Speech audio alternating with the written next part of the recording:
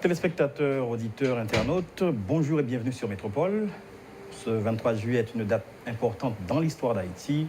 Nous allons passer un moment ensemble et nous avons avec nous comme invité Jean Gardi Hadi, président de la Fédération de la presse haïtienne, ancien ministre de la Communication.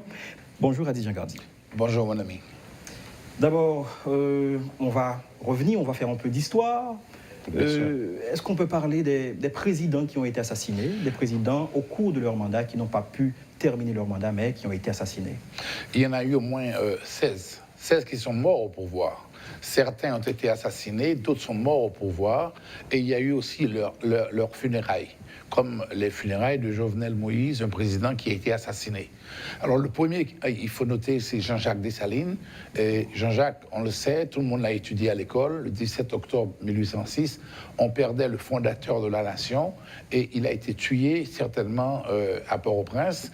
Et il est arrivé au Pont-Rouge, il a tiré une arme, et c'est là que les comploteurs ont assailli le président et il a été tué avec un garde-corps qui était Charlotin Marcadieu. Alors, extraordinaire, un noir et un mulâtre. Charlotin Marcadieu était un carteron aux cheveux longs et il s'est jeté sur l'empereur et il a reçu les coups de baïonnette, les coups de fusil, et Dessalines s'est retrouvé évidemment à la cathédrale, à l'ancienne cathédrale de Port-au-Prince, et c'est là qu'il a été envahi par les comploteurs. Et Yayou l'a frappé à la tête. Et ceci, on l'a su parce que quand les Américains sont venus en 1915, on a déterré le corps de Dessalines qui se trouvait au cimetière Sainte-Anne. Et c'est là qu'on a retrouvé les ossements de la tête et avec un trou dedans. Mais les historiens de l'époque ont signalé que c'était Yayou. Alors évidemment, il a été tué certainement le 17 octobre et il a été enterré à Sainte-Anne. Alors c'est évidemment Dédé Basile, qu'on appelait Denise Basile, qu'on appelait Défilé la Folle, qui a ramassé les corps de Dessalines et de Charlotin Marcadieu pour les emmener directement à Sainte-Anne. L'attitude de Alexandre Pétion, puisqu'il n'y a pas eu à ce moment-là de funérailles officielles comme aujourd'hui avec Jovenel Moïse, alors il a été enterré sur place à l'hôtel Sainte-Anne, ainsi que son garde-corps et également le cheval de Dessalines. Les trois ont été enterrés au même endroit. Alors, dès l'arrivée au pouvoir d'Alexandre Pétion en 1807, il a fait une cérémonie. Il a fait une cérémonie funèbre et c'est là que tous les officiels du gouvernement se sont retrouvés pour les funérailles officielles. On n'en parle pas, mais il y a eu des funérailles officielles qui ont été données, bien entendu, à Dessalines, à Charlotin Marcadieu et même aussi au cheval de Dessalines. Et là, on va rechercher certains des comploteurs et le principal comploteur qui était le ministre de la guerre, Étienne Eligérin, va être poursuivi au CAI et il va se suicider. On va lui couper la tête et la porter au président Pétion au palais. Et il va y avoir aussi une guerre contre Yayou qui avait coupé les droits de Dessalines pour prendre une bague en diamant, et lui aussi, il va être recherché et tué. Alors évidemment, ça, c'est la vengeance qui a été menée directement au nom de Dessalines. On a dit aussi qu'on a interdit de parler de Dessalines. Non, pas vraiment, parce que pendant le gouvernement de Boyer, dès 1818, il y a eu un effort qui a été fait pour parler de Dessalines par des intellectuels, et il y avait beaucoup de textes, de poèmes, de romans, pas de romans, mais de documents sur la période de Dessalines. Alors après Dessalines, après sa mort et bien entendu ses funérailles officielles reconnues par Pétion, il y a eu la mort de Pétion aussi et la mort de Christophe, les trois fondateurs de l'indépendance. Christophe va être tué, et ceci pendant l'arrivée des troupes révolutionnaires, et ceci, il sera tué le 8 octobre 1820. Pas tué, mais il va se suicider. Et il se donne une balle au cœur. C'est son fils Victor qui va presser sur la gâchette parce que à l'époque, Christophe était très très malade et il tremblait, il avait un Alzheimer. Et c'est là que Christophe va être le cadavre du défunt, du roi, va être transporté par Alexis Dupuis et évidemment d'autres officiers. Et quand ils ont vu arriver les troupes de Port-au-Prince, ils ont jeté le roi par la fenêtre. Il est tombé dans une chaux vive. Je suis tombé dans la chaux et finalement, je couvris dans la chaux avec ciment. Donc, les funérailles n'ont pas été officiels. Et il est mort là, et à la citadelle, et il est enterré directement là, parce qu'on a recouvert la chaux. Ouais. Les officiers ont recouvert le roi de chaux vive, etc., et de ciment. Donc il a été enterré directement là. Et certainement, il faut noter la mort de Pétion en 1818. C'était le 29 mars 1818. Là, il y a eu des funérailles officielles, comme les funérailles du président d'ailleurs. Et les funérailles d'Alexandre Pétion, le fondateur de la République, ont eu lieu exactement, disons, quelques jours après sa mort. Et il a été enterré à Port-au-Prince. Il a été enterré à l'hôtel de la Patrie, comme il l'avait demandé. Et l'hôtel de la Patrie, comme vous le savez, il se trouve toujours à la rue de la Réunion, là où se trouvait l'ancien palais de justice. Et en face, il y a une espèce de place qui est l'hôtel de la Patrie, qui est le mausolée haïtien. Et d'ailleurs, lors de l'arrivée des Américains en 1915, on a déterré à nouveau le corps de Jean-Jacques Dessalines, on l'a ramené à l'hôtel de la Patrie. C'est pour ça que si vous allez maintenant aujourd'hui à l'hôtel de la Patrie, vous allez voir directement les deux enfin une espèce de grand cercueil en marbre. Et il y a donc deux héros de l'indépendance, Jean-Jacques Dessalines enterré là, le père fondateur, et Alexandre Pétion, le fondateur de la République. Alors les Américains avaient décidé que ça allait se faire comme ça, parce que eux aussi, ils étaient croyants et mystiques. Ils pensaient que là, ça allait leur permettre de garder le territoire, de prendre le pays. Mais c'était sans compter avec la fille de Boyer, qui était Clélie, qui est toujours enterrée à ciel ouvert, qui est enterrée directement à l'hôtel de la Patrie. Et là, il y a eu des funérailles aussi d'anciens présidents, et certains sont morts pendant qu'ils étaient au pouvoir. Donc j'avais parlé déjà de Dessalines, de Christophe, de Pétion, et également, il faut parler maintenant des funérailles qui avaient été accordées au président Philippe Guerrier. Philippe Guerrier, c'était un homme de marchand des Salines. Il est mort le 15 avril 1845. Il avait demandé qu'il soit enterré directement chez lui, parce qu'il était très vieux, dans sa mémoire, dans un testament, et je crois qu'il avait été amené directement, ainsi que les officiels du gouvernement, dans sa ville natale, à Marchand. Et c'est là qu'il a été inhumé, à Marchand des Salines, le général Guerrier, et c'était un homme extraordinaire. Il avait fait des réalisations extraordinaires, dont des écoles qui sont encore là aujourd'hui, comme le lycée Philippe Guerrier de Caille, le lycée Philippe Guerrier du Cap, etc. Alors, le peuple tout entier était en deuil. Et pendant une période de 3 mois, après les funérailles, les gens allaient au travail comme fonctionnaires publics en deuil. Et aujourd'hui, les funérailles, comme vous le voyez maintenant sur l'écran, les funérailles du président de la République, Jovenel Moïse, s'organisent certainement aujourd'hui, et cette fois-ci, dans une ville de province, au Cap-Haïtien. Est-ce une habitude que les présidents demandent à ce qu'ils soient enterrés dans leur ville natale ou dans des villes de province? Absolument. Il y a eu, par exemple, Philippe Guerrier, et il y a eu aussi le président Jean-Baptiste Richer. Jean-Baptiste Richer avait demandé à être enterré directement au Cap-Haïtien, parce que Jean-Baptiste voulait déplacer la capitale qui est Port-au-Prince. Il voulait que le Cap-Haïtien devienne la capitale du pays. Il voulait aussi que le Cap-Haïtien soit le centre administratif, politique et le centre religieux, parce que Jean-Baptiste Richer était devenu pasteur de l'église wesleyenne. Il avait construit une grande église au Cap, et il avait voulu être enterré sur place. Et ce qui allait avoir lieu, parce que le président était mort le 27 février 1847, et certainement on l'a enterré dans le cimetière au Cap. Le cimetière qu'adorait, disons, Toussaint Louverture, c'était le cimetière La Providence. Alors il a été emmené directement à La Providence, mais quelque temps après, le gouvernement de la capitale a voulu rapatrier le corps, a voulu rapatrier le président Richer. C'est ainsi que Richer s'est retrouvé à nouveau à Port-au-Prince, alors que justement, il voulait être au Cap. Alors on l'a emmené à Port-au-Prince, et cette fois-ci sous le gouvernement de son commandant en chef, ça veut dire Faustin Soulouque. Quand il est devenu président de la République, il a fait revenir Richer, et on l'a enterré près de Pétion. On l'a enterré dans la cour de l'hôtel de la Patrie. Et c'est là qu'il se trouvait. Avant d'enchaîner, Jovenel Moïse, est-il le deuxième président qui va être enterré au Cap-Haïtien, ou y avait-il d'autres présidents qui ont été enterrés là-bas? Il y a eu par exemple le roi Christophe. Le roi Christophe était à la citadelle. Il s'y trouve encore. Et deuxièmement, il y a eu Richer, qui était enterré sur place. Et il y avait, troisièmement, mais ce n'est pas au Cap, mais c'était à Marchand, c'était le président Philippe Guerrier. Et il faut dire que le président Richer, qui avait été emmené directement, enterré au Cap à la Providence, a été ramené à Port-au-Prince, à l'hôtel de la Patrie. Mais les Américains, en 1915, ont décidé que Richer n'avait pas sa place là, et on l'a ramené encore une fois au Cap Haïtien, à la Providence. On l'a enlevé de l'hôtel de la Patrie, malgré la volonté du président Soulouk. Il y a le chiffre 7, pour ne pas dire 17 octobre pour Dessalines, 6-7 juillet pour le président Jovenel Moïse. Donc, y a-t-il une signification de ce chiffre dans la vie des présidents en Haïti? Oh, oui, certainement. Mais Jovenel Moïse, c'est particulier, hein. Jovenel Moïse, c'est très particulier, car dans les moments de la vie de Jovenel Moïse, surtout après la candidature de Jovenel Moïse et de son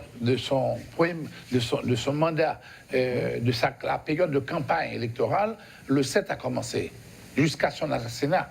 Il y a eu au moins 6 que j'ai pu relayer, parce que d'abord le 7, il faut dire que le 7 juillet 2015, le PHTK avait fait choix de Jovenel Moïse comme candidat à la présidence.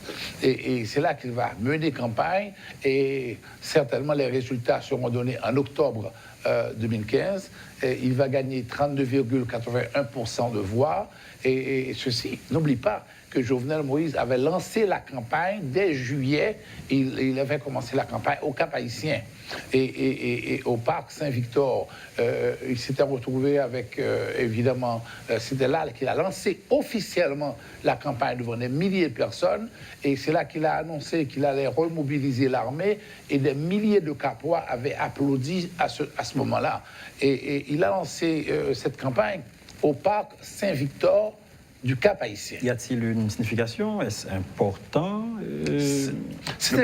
C'est important parce que le chiffre 7 a rattrapé le président Moïse à plusieurs reprises.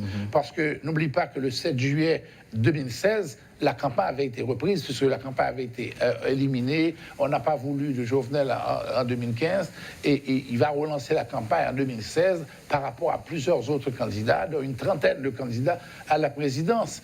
Et là encore, il va se retrouver pour lancer la campagne à partir du Cap Haïtien, parce qu'il avait créé Agritrans dans le Nord, et il avait réuni donc des partisans capois, et c'est le Cap Haïtien encore qui avait lancé la campagne à la présidence de M. Jovenel Moïse. Et à l'époque, on disait qu'il avait 6 millions de dollars pour Agritrans, on avait 14 comptes bancaires, et c'était donc un paysan millionnaire qui se lançait en campagne et qui avait de très belles promesses, des promesses que le Cap applaudissait.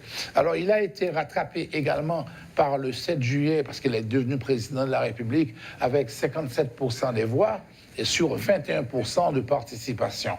Alors quand il est arrivé au pouvoir, il faut dire qu'il a été élu en seul coup de clé. Premier tour, dès le premier tour. Et les gens critiquaient le fait que le président pouvait gagner au premier tour. Mais le Cap était satisfait dans la mesure où les gens voulaient absolument finir avec la transition et arriver avec un nouveau président. Et il avait donc des promesses, et il a été rattrapé aussi quelques temps plus tard, dès qu'il est arrivé au pouvoir, le 7 février 2017. Il est arrivé au pouvoir. Et il y a eu aussi des erreurs, parce que le président n'a pas voulu d'abord suivre la tradition culturelle, car la tradition culturelle veut qu'un président élu passe directement par l'ancienne cathédrale, deuxièmement par l'hôtel de la Patrie, où il commence un discours et des gerbes de fleurs aux ancêtres. Il ne l'a pas fait, il a été directement au Palais national. Et je crois qu'il a compris très tard la symbolique de l'hôtel de la Patrie, car le 1er janvier de cette année, il s'est retrouvé directement à l'hôtel de la Patrie, où il a déposé une gerbe de fleurs. Malheureusement, les gens qui travaillent là-bas, qui surveillent les corps des ancêtres, n'ont pas été payés. Depuis 2 ans, d'après eux. Peut-être que la présidence avait payé, mais je ne sais pas encore. Est-ce qu'on est capable de dire ancêtre fâché contre t'es fâché contre lui? Je ne pense pas, mais je pense qu'il y a un problème de borne. On n'a pas borné à temps le pays. Parce que quand on devient président de la République, dès que le 7 février 1917, il aurait dû commencer avec les bornes. Et les bornes, c'est écrit dans la Bible d'ailleurs, dans Genèse 3, verset 24. Je crois que le jardin d'Éden, vous avez lu la Bible certainement, a été aussi borné, car il y a eu des chérubins qui empêchaient à Adam et Ève de rentrer.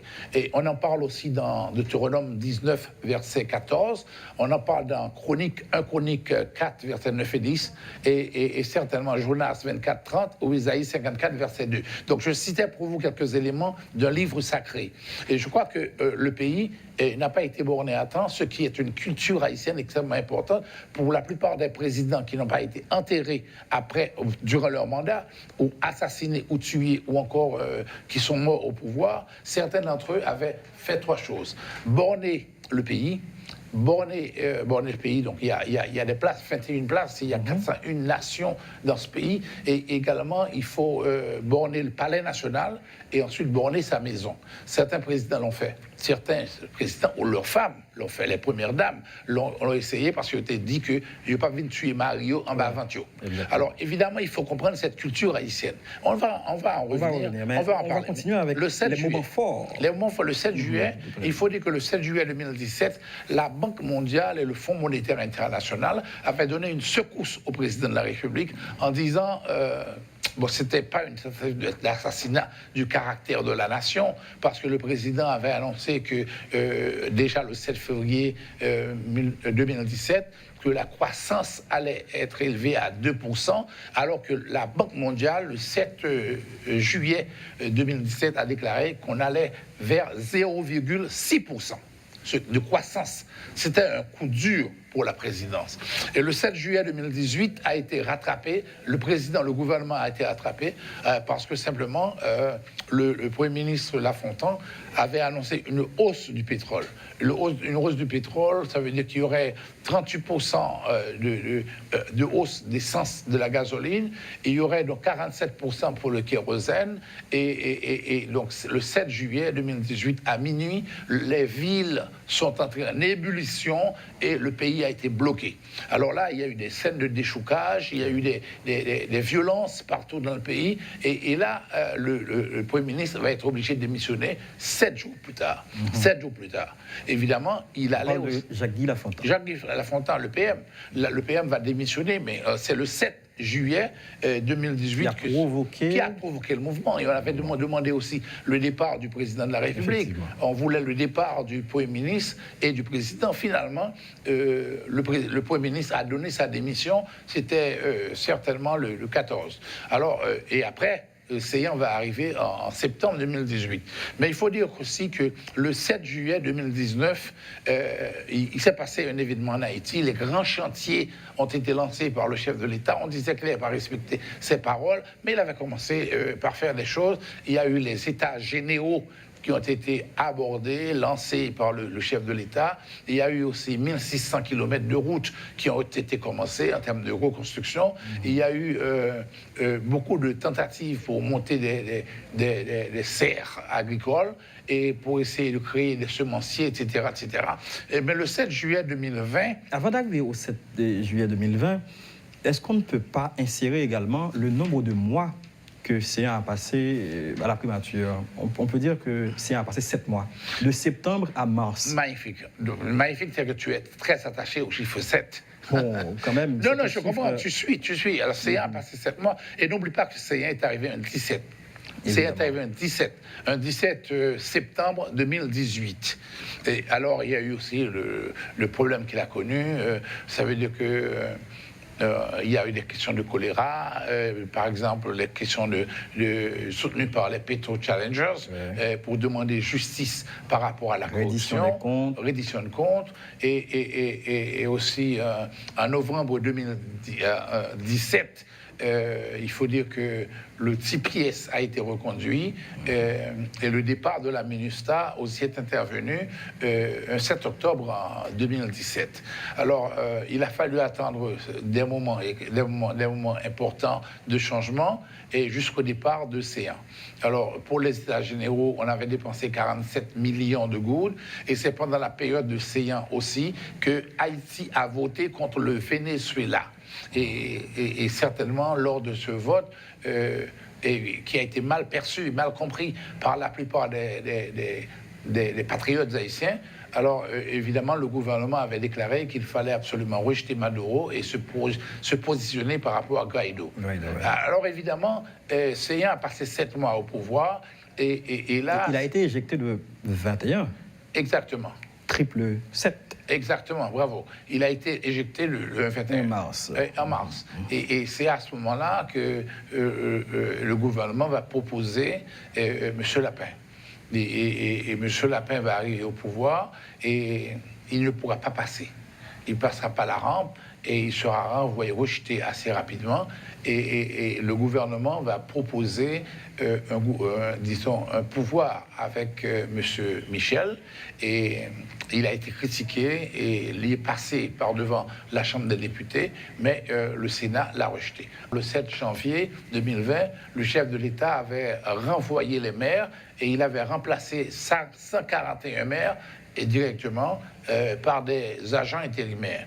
Et le 7 juillet 2021, ça a été malheureusement l'assassinat. Et aujourd'hui, certainement, les funérailles sont célébrées au Cap-Haïtien.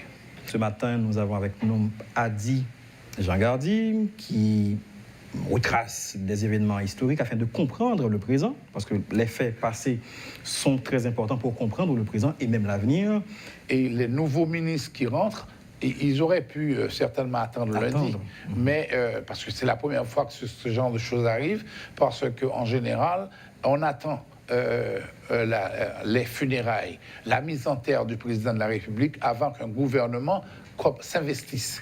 Alors, on a eu le cas, par exemple, pour Boyer, parce que Boyer, c'était le 29 mars 1818, et Boyer est rentré au pouvoir. Il a été nommé par le Parlement le lendemain. Mais Boyer avait dit qu'il n'accordait pas à ce vote parlementaire une décision immuable, qu'il ne voulait pas prendre la présidence avant les funérailles du président de la République, Alexandre Pétion, à l'hôtel de la Patrie. Il a respecté sa parole. Et je crois aussi que pour les autres, même pour Guerrier, et le président ne voulait pas le remplacer. On a voulu attendre les funérailles à Marchand-des-Salines. Et évidemment, du côté de Jean-Baptiste Richer, et quand il est mort le 27 février 1847, on a voulu aussi attendre, car le Parlement avait décrété que le chef de l'armée, à l'époque, commandant de la garde, et qui était Faustin Soulouque, devait remplir le poste gardé le palais en attendant les funérailles. Et Soulouque avait dit qu'il préférait attendre les élections. Et il y avait donc à l'époque comme candidat, et il y avait Jean-Paul, qui était le maire de la ville, qui était membre de la commission des funérailles de Richer, et également il y avait un autre candidat en lice, c'était Souffrant, Augustin Souffrant. Alors les deux se sont retrouvés au Parlement et ils avaient eu les mêmes voix, le même nombre de voix, puisque les élections étaient au suffrage universel indirect. Et finalement, le président de la Chambre des députés a souhaité qu'il y ait un troisième candidat. Et ce troisième candidat, c'était Soulouque. Et c'est ainsi que Soulouque va devenir président. Il dira, si vous m'avez choisi, je saurai me conduire en chef. Et il s'est conduit en chef. Alors, il y a eu, disons, un travail qui a été réalisé. Et comme je vous ai dit, à l'époque, on a toujours attendu la fin. Évidemment, lors de la mort de Cincinnatus Lecomte, et n'oubliez pas que Lecomte a été certainement tué, le Palais national a sauté, c'était en août 1912. Alors tout de suite, celui qui jouait le rôle de Premier ministre et qui était ministre à plusieurs reprises, c'était Tancrède. Tancrède Auguste. Il prend le pouvoir le même jour. Ça veut dire que dans la nuit, le palais a sauté. Dans la matinée, très tôt, il déclare dans un manifeste que le président est mort et il établit un état de siège.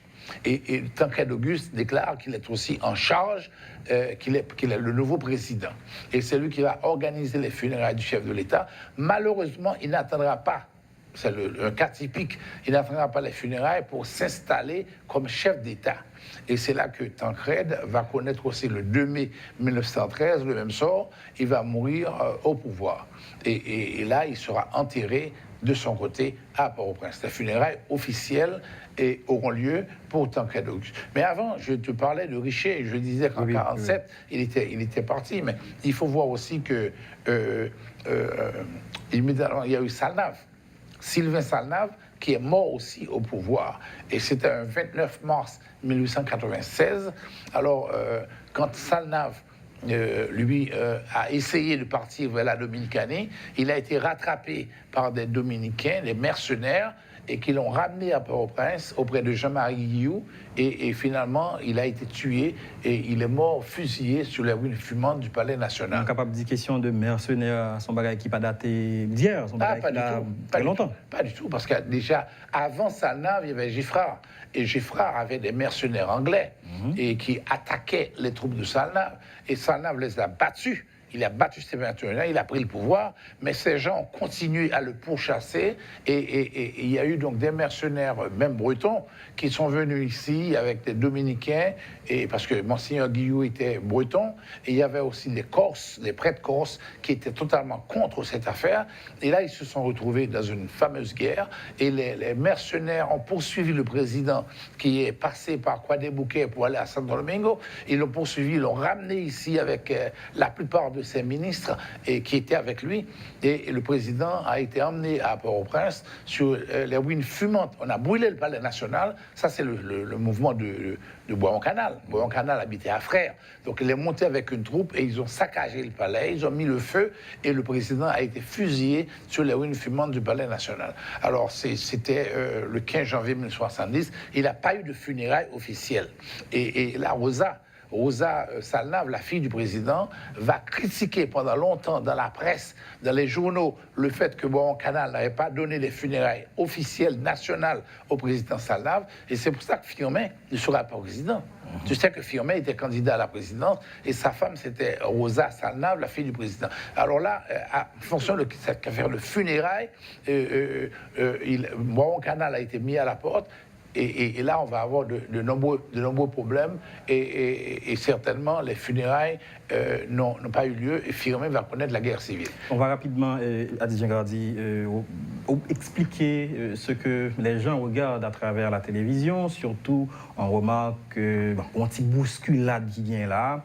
Est-ce que c'est des partisans du président qui trouvaient dans un puisque nous connaissons, gagner l'association des maires au niveau du Grand Nord, qui ont même dit qu'il faut que le président enterré et faut qu'il joigne justice bien avant que l'enterré.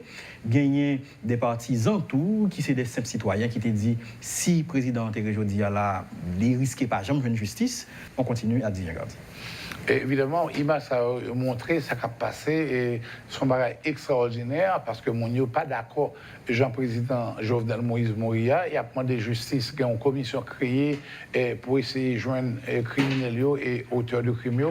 Mais 7 juillet 2021, qui ça, ou qu'a dit de ça, puisque nous connaissons, moi rappelé, pas un seul, mais plusieurs, le point où tu parlé de Jovenel Moïse qui est capable descendant de Moïse.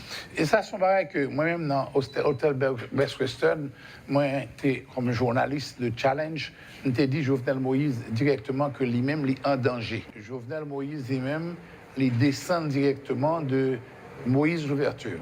Le vrai nom Moïse, c'était Hyacinthe. Hyacinthe Moïse. Hyacinthe Moïse, c'est arrière-grand-père Étienne Moïse, qui était papa Jovenel Moïse. Alors, monsieur lui-même, le 7 juillet 1801, il était fait un soulèvement contre Toussaint Louverture. Et Toussaint Louverture était passé l'ordre, puis il était assassiné, monsieur. Il était fusillé, monsieur, c'est l'affaire Moïse. Là, au fin de fusil, il était crevé, cassé poignette, cassé jambes, et monsieur était un cadavre mutilé de Jovenel Moïse, que Jovenel pas connaît tout, que à l'époque, il y a 7 Moïse qui connaît après 7 juillet 1801. Et là, nous t'ai dit, monsieur, que attention, il y a un problème de karma. Un problème qui est assez grave, qui méritait résoudre et qui a poursuivi. Vous ne pas de quoi dans ça.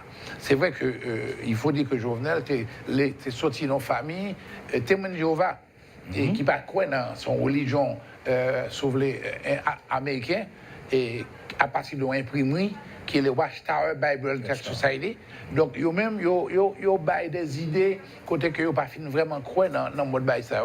Et monsieur lui-même, il était soulevé et grandi dans une vision totalement différente de questions Une vision occidentale. Une vision fondamentaliste.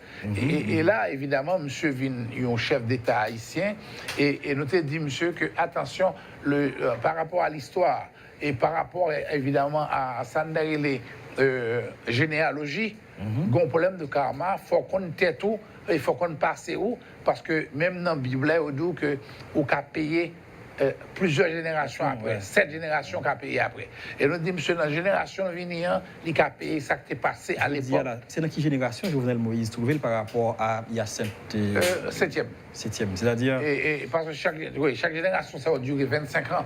Et si on mettait 1801 à aujourd'hui, donc on a calculé rapidement le nombre de temps qui passait, donc il n'y a pas longtemps. C'est hier matin que Hyacinthe Moïse, le neveu de l'ouverture. Ce n'est pas le petit frère accès, parce que Moïse, l'ouverture, c'est Madame Toussaint Téléville.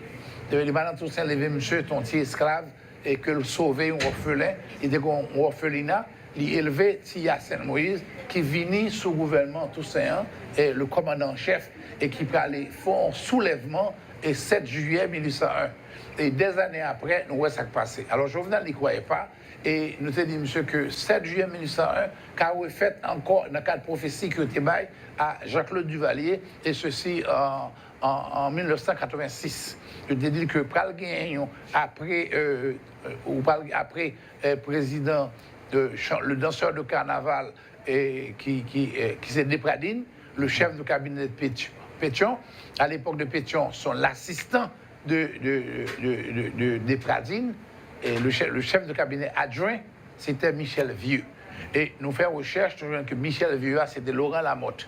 Donc, nous voyons que l'incendie des Pradines était venu monter avec Martelly à PHTK, et certainement Michel Vieux, à travers Laurent Lamotte, est monté comme PM. Donc, il fallait comprendre l'histoire et suivre l'histoire.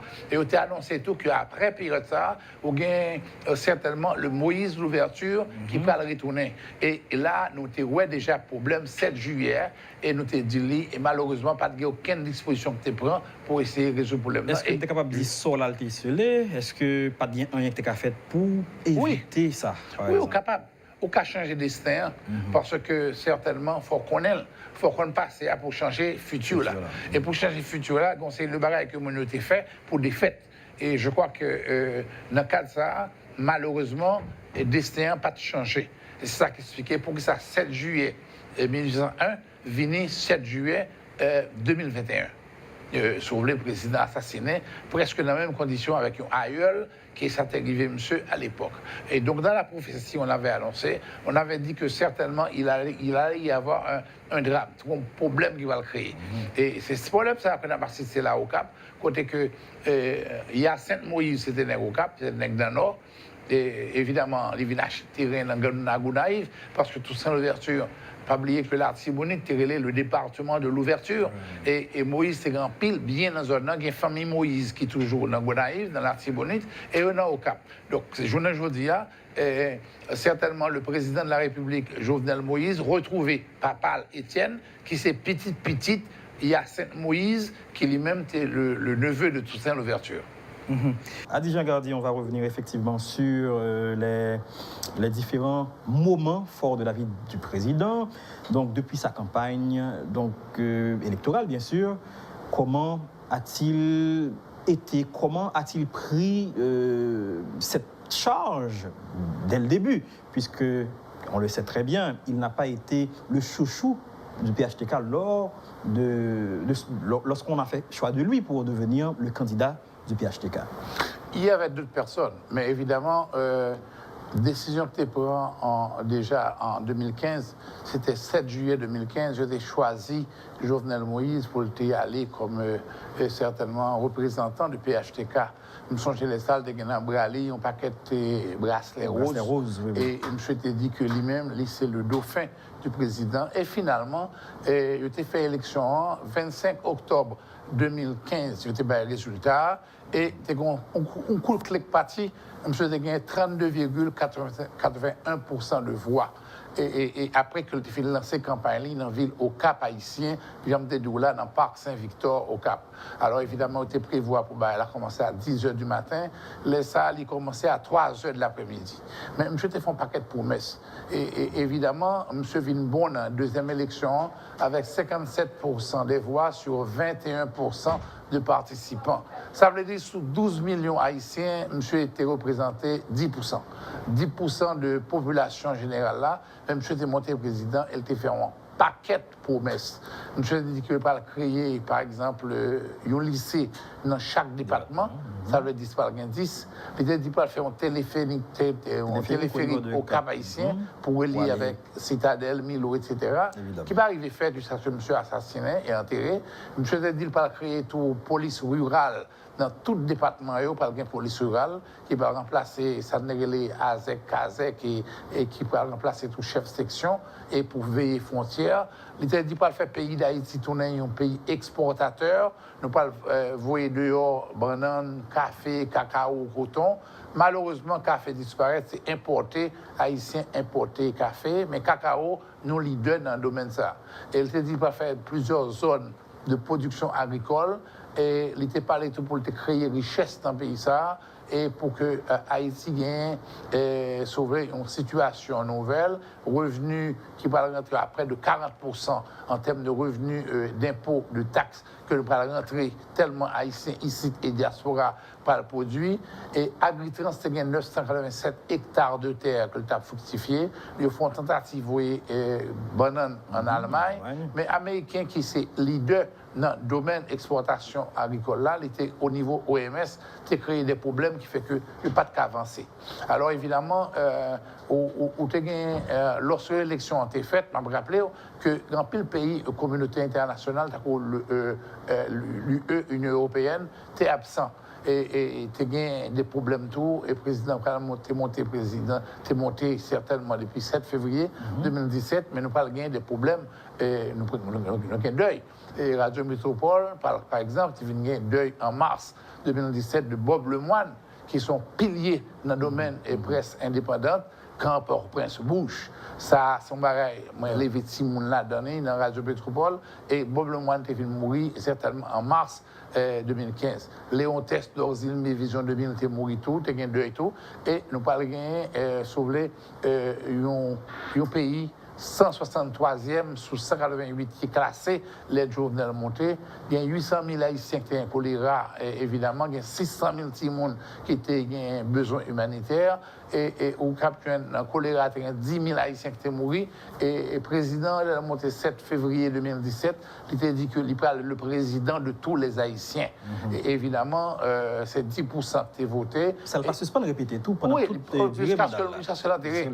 Jusqu'à l'intérêt. Donc, et la Banque mondiale, tu as un coup de semonce, il dit que promesse, c'est vrai, c'est belle, mais Haïti va gagner 0,6% de croissance, alors que Dominicain, tu as plus que 4% de croissance et Panaméen, tu as plus que 5% de croissance.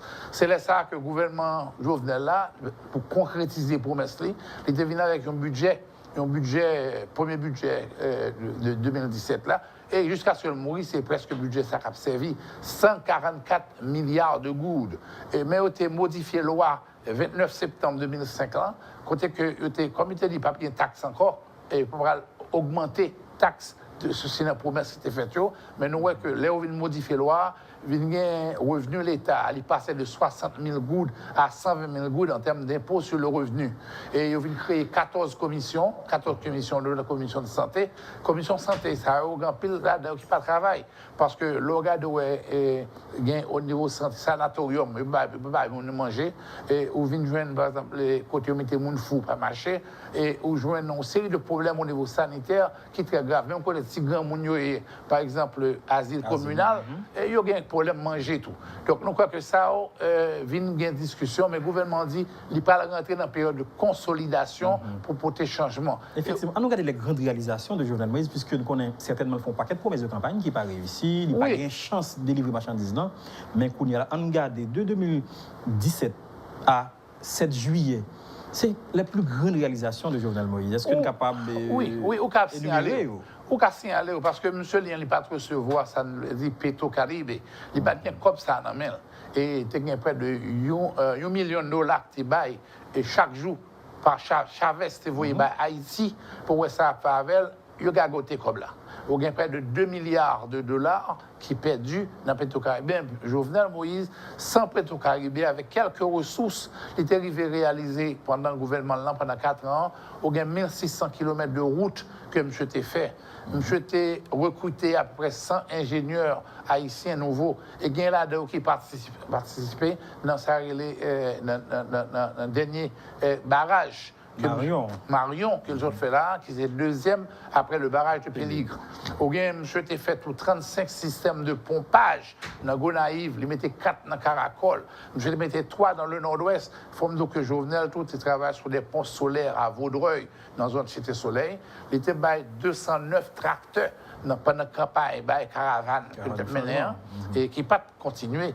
Et il y a 200, par exemple, monoculteurs qui distribuent à travers le pays. Il y a 40 dispositifs pour faire poisson, il y a 8 bateaux de pêche, et il y a 8 congélateurs qui montaient.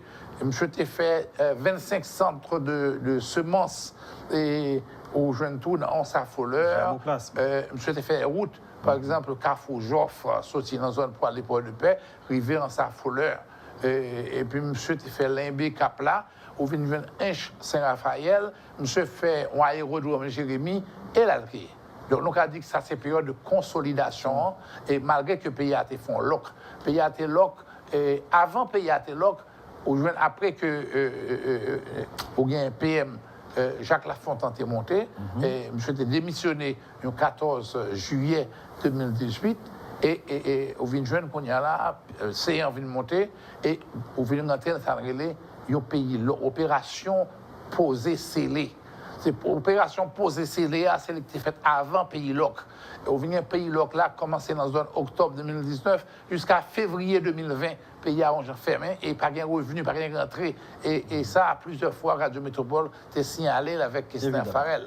Donc, au venir une situation extrêmement difficile. Malgré tout, il y a des réalisations qui étaient faites, mais héritage là vient terrible. Héritage là, puisque la population a été levée contre la présidence, et au jeune qu'on a héritage là par rapport à ça que Fonds monétaire international avec Banque mondiale bail, héritage là vient assez lourd jusqu'à ce que tu es président, ou gain par exemple aux réduction de PIB, produit intérieur brut, à 1,2%. Et au vient par exemple, c'est de mesures qu'il prend. Et là, on va rentrer dans la période, et la période, la dernière période, le déclin du départ. Parce que la première période là, c'est campagne, président. Campagne et promesse. Deuxième période là, c'est homme d'État, la traversée du désert, qui commençait de 7 février 2017, arrivé à 7 juillet 2018. Et à partir de 7 juillet 2018, quand le pays a levé contre le président, on venait la période de consolidation. Le 7 juillet 2018, arrivé à là, M. Mouri, jusqu'à 7 juillet 2020. En 7 juillet 2020, il faut oublier que le président a décidé de révoquer tout magistrat, il a retiré 141 maires, il mettait des maires intérimaires, et maintenant, on va rentrer dans la dernière période là, vive Kounia, c'est le déclin du désert. Ça me relève le déclin du désert là, c'est 7 juillet 2020, arrivé à 7 juillet 2021.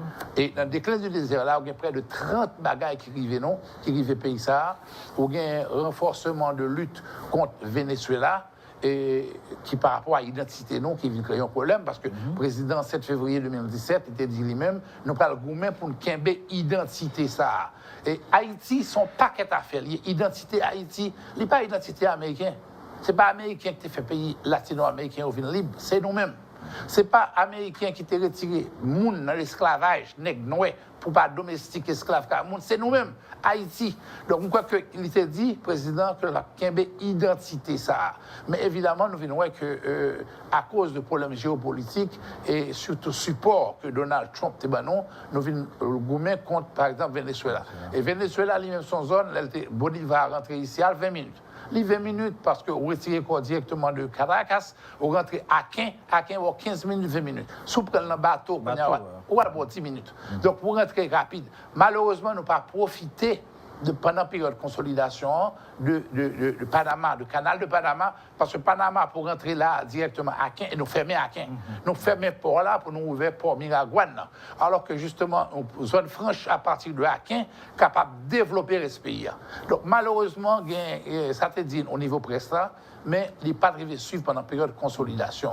Et pendant la période ça, nous venons jouer une situation économique terrible avec insécurité, kidnapping, et puis nous venons jouer tout en janvier, ça qui vient décider, renvoi du Parlement le 13 janvier 2020.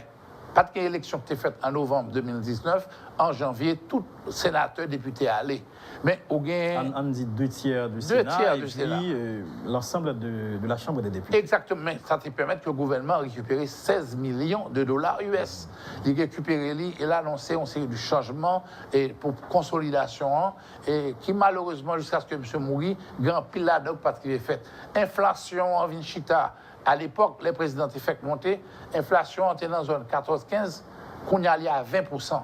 Donc ça, l'État gourmet pour qu'il y ait retourner dans une situation économique qui est beaucoup plus valable. Et ceci, nous sommes capables de dire, économistes, nous, sous 3e année de croissance négative dans notre pays. Exactement. Et là, je vais regarder qui est pour remobiliser qui sont, même si on a remobilisé l'armée, et ceci qui est écrasé en 1995.